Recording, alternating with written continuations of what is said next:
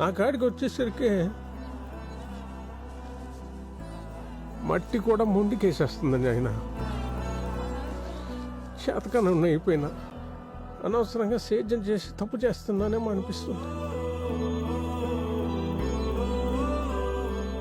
ఎవరన్నా సక్సెస్ని చూసి ఇన్స్పైర్ అవుతారు, కానీ నేను మాత్రం మా నాన్నకు తగిలిన ఎదురు దెబ్బల నుంచి ఇన్స్పైర్ అయ్యాను.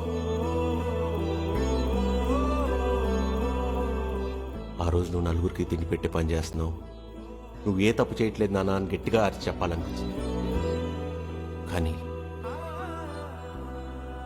అప్పుడు చెప్పలేకపోయాను.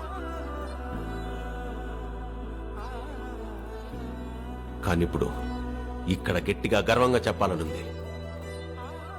నాన్న, ఈ రోజు నేను ఇక్కడ నిలబడింది నేను చేసిన ఉద్యోగం వల్ల కాదు, నువ్వు నేర్పిన సేద్యం వల్ల. అది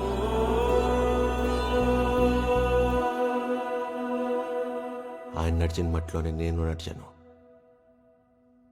అదే నన్ను గెలుపు తీసుకెళ్ళింది. నా గెలుపు మొదటి మెట్టు మా నాన్న.